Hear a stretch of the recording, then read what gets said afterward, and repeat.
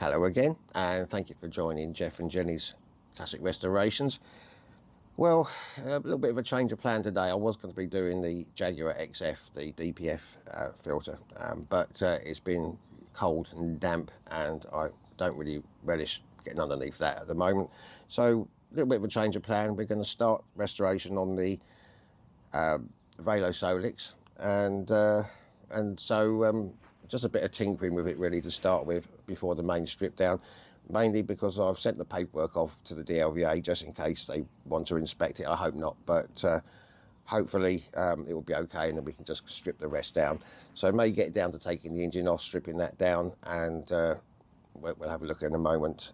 As I mentioned a couple of days ago, Jenny's been ill with diarrhea and bad stomach, and as I told you, I've been rushing off over to the woods at 2 and 4 in the morning, and yesterday was the last day of that. Last night was okay though, but she's got some special paste from the vets now, which has calmed. It was all right this morning. There's no rush this morning, calmed down, and everything seems to be okay. And she's having boiled chicken, but she's on the mend now, aren't you? So let's have a little look at the Velo Solex and try and see what we can do with that. Well, here we are, finally with the Velo Solex in its own right for this video. Why did I want to do one of these? Well, I think they're very unique. I've always wanted to do one, and I don't know if you remember Mr. Bean's holiday where he tried to steal one. I put a little picture of him up in the corner there, when he tried to steal it, and the chap actually walked past him to try and we'll get it back off of him. They do go a little bit faster than that, more than a couple of miles an hour, not a lot, 15-20 miles an hour, but I just think they're very French, very unique. So I've always wanted to do one of these. Also, on the other end of the spectrum from Mr. Bean, you've got Steve McQueen, another picture. So he used to like them as well. But those ones, they're actually shown in the Mr. Bean film and Steve McQueen. They're the 3800 model. But this one, which it was advertised as a 3800, I knew nothing about them. But it's actually a 1700 model. And it's 1960, so it's older than I expected. I thought it was about 69, but it's 1960. So what we're going to do today, let's have a little look and possibly start stripping this engine. Well, I'll just show you around quickly, and then we'll start stripping down a little bit. Well, as I think I mentioned to you on the last moped video update, I bought a new fuel tank for it, but I think I mentioned that on the new one, the pipe for it to come out is here, whereas on this one it's here. So this was very dented, and what I've done, I've gone over now with some filler where the dent was. That's actually come up right. Still a few small dents, but well, it's 1960, and as you probably saw in previous video, I've got a bar to go around there which will protect it at the end, a chrome bar. So that was just held on with three bolts, and this obviously goes into the fuel pump. We'll see that in a minute. That goes into the fuel pump and pumps it round this little tube up into the carburetor. It doesn't have a float in these like most carburetors, but what it doesn't need, it just pumps it back into the tank again. So anything it doesn't need just goes back into there, so there's no float bowl in there. So well, we'll show you that in a moment. Let's have just another quick look. Right, so on here, this is all I've been. This is slightly different to the 3800 model. I think that actually has a twist grip. But on here, push this lever right over here. You get your decompression, and then when it runs, it always basically runs in full speed. So if you wanted to lock that up there, that locks it in position, and then you can release this little one first, and then that drops back into full speed. But if you want to lock it on tick over, you just bring that back, and that should lock it. What else have we got? We've got the choke down here where it says depart. That means in French go, pretty much as it does here. And there's your little choke lever there. We'll come around to this side here. As I mentioned, I did try and get a spark on it. There is a signal from there to the spark to the HT lead, so there is definitely something coming through, but not enough to give it a spark. So I was going to try and get that done, but I think we'll just carry on, strip down, and then we can sort that out when we sort of rebuilt it. The timing side of things is pretty better than you've got on the Mobilette. You've got this little mark here, you can see it, just a little mark there, and that has to line up with the, I've got a bit of French again, rupture light mark there, which, as in English, this is a bit of a French lesson again, rupture, break, that's where the points, when that lines up with that mark there, that's when the points should just be opening. So that's basically the timing on that. Right, so I think what we do, we'll strip down the engine side of things. I don't want to go too mad on the rest, just in case they want to do some sort of examination. I don't think so, but just in case. So we'll start having a look at stripping this down, this engine, and we'll go from there. First of all, we'll undo this little nut here, which this should release the cover here. So I will disconnect that in a moment. Let's get that out of the way. Oh, that's already done. Good. Get rid of that. Oh, right. Okay. And this is what I mentioned on a previous video. So there's a little crack in there. So I've got a complete new lens to go in there at the end. So so that's the cover off. Here's a little fuel pump. I think it works on a vacuum. As the crank goes round, it causes a little suction in there, which pulls the fuel through. Obviously, the petrol tank is lower than the carburetor, so it does need a pump of some sort. There's the engine number down there. So, right. So, what should we do? Take the exhaust pipe off, I think. Let's just put that back on there. Don't lose that, because you know what will happen. All right then, I think we'll take this exhaust off. This is one of these high performance exhausts that'll probably take you from, well, 0 to 15 in probably an hour. So this is one of the good ones. So we'll take, there's a little bracket there. They seem to be mainly 9mm for some reason on these, but let's undo that one. Unless I must have some nut behind there. There we go.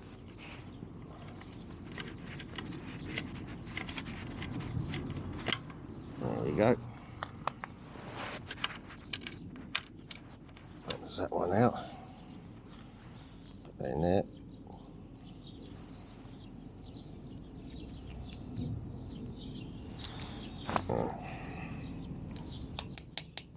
Sorry, that's happened, isn't it? Bear with me, let's get that out. Okay, and we've got another one down here, which is all mixed in with the mudguard stays. Obviously I'll keep these bolts, but if we can get a new set of bolts, it'll be worth it, I think. There we go. And there we go, keep all this. And then there we go, that should slide out of there. There we go. Well, there we are.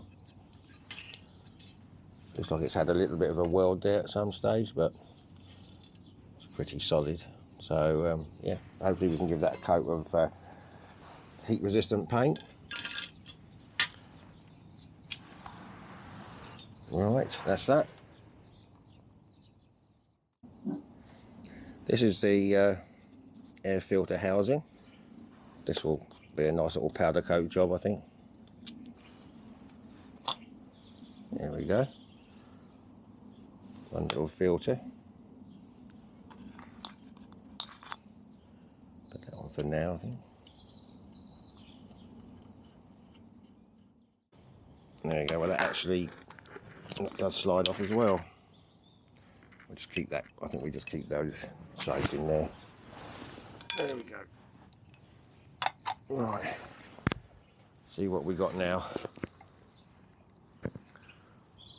Okay, so obviously these come off.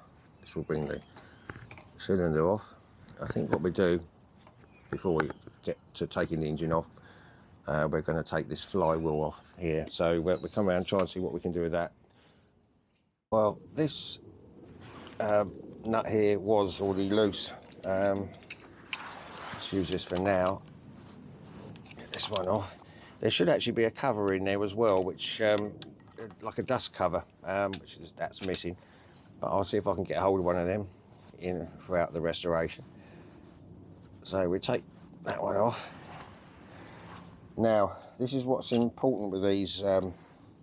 This is a must.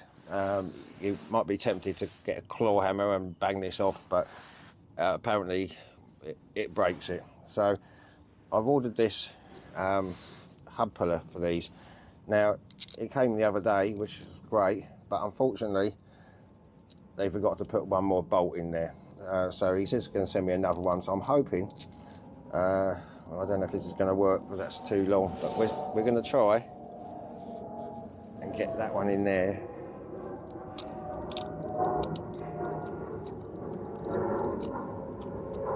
It might work.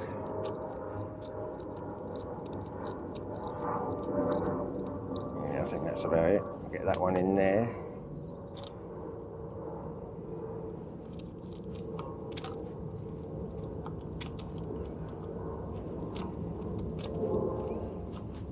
And then that should tighten this one up, and that should draw it off.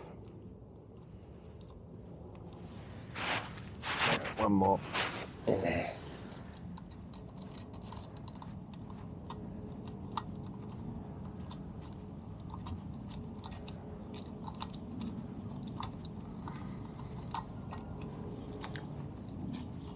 There we go. Let me see if I can get a slightly shorter one of those.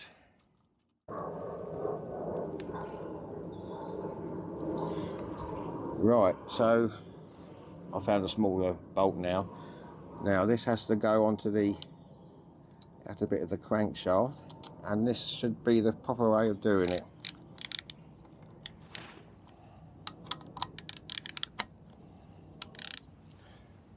Now I've got a piston lock tool in there, so hopefully that will be alright. So we just gently wind this in, and then we're waiting for a clack, not a break. There we go, that's got it. That's why you need it. Okay, there we go.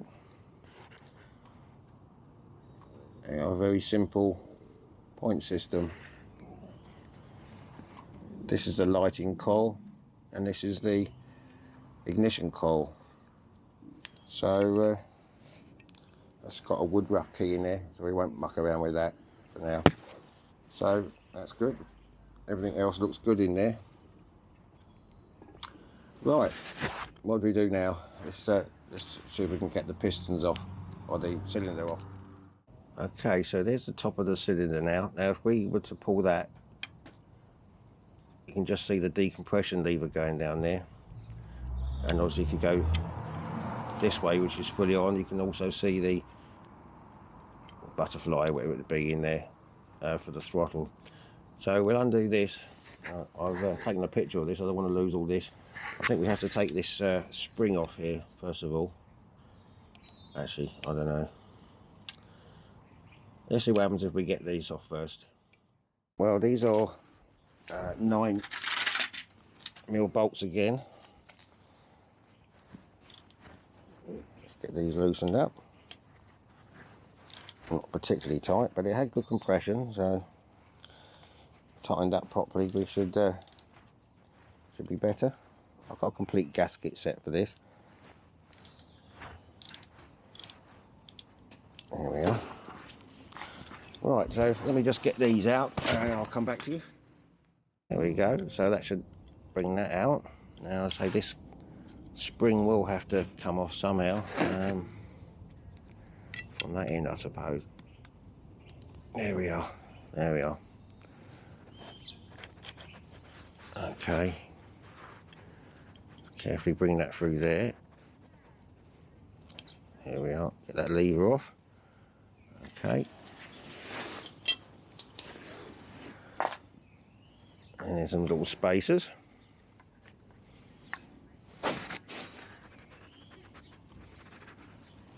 that one off. Leave them in there.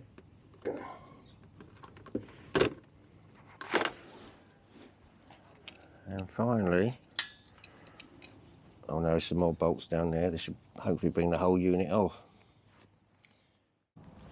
Right, finally back after a bit of a break and dropping the wife at work. So just back to these little nuts here. They're 9mm again. Not exactly that tight at all, actually. So we got 4 nuts here and 2 the other side. So let me just get those off, and then I'll come back to you for the next bit. Right, all those nuts are off now, so hopefully you're a little bit of a tap. There we go. Okay. Then we've got to try and get this piston back down somehow. There we go. I think, no, not quite.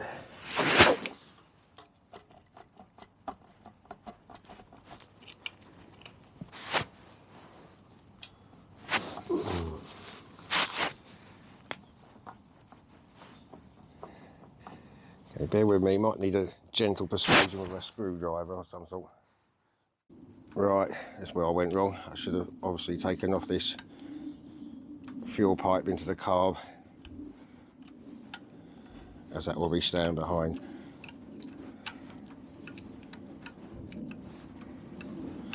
Okay, let me just get this one off.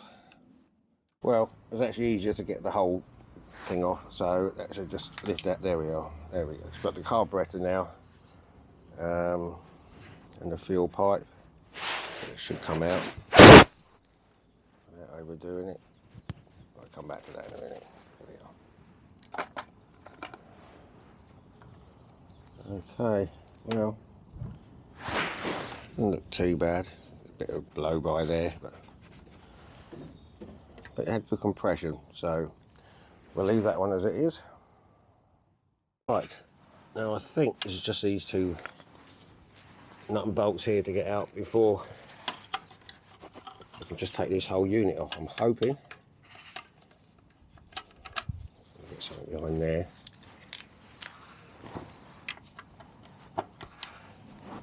Okay.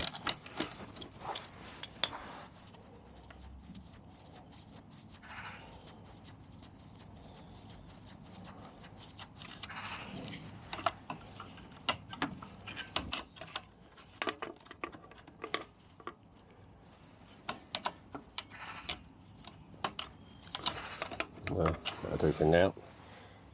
We've got the same situation here.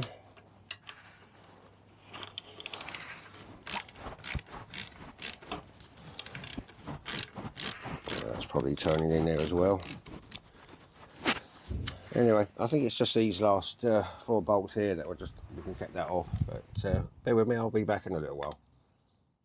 Well, yes, it was those 4 bolts. But it was difficult to get behind this one, so in the end I ended up having to take the whole the brake calipers off. All comes together with this, with the rear mud guard. So they are out, and I'm confident now. Let's see if this lifts off.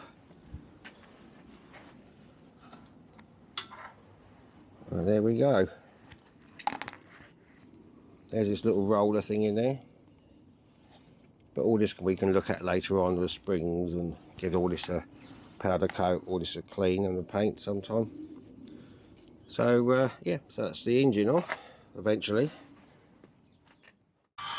Well, excuse me, next door now doing some sawing. It's all a bit of a Meccano set really. This was the backing to the brakes. All this sort of thing can be powder coated. We've got the mudguard stays as well. They basically help hold the engine on as well. So that's that.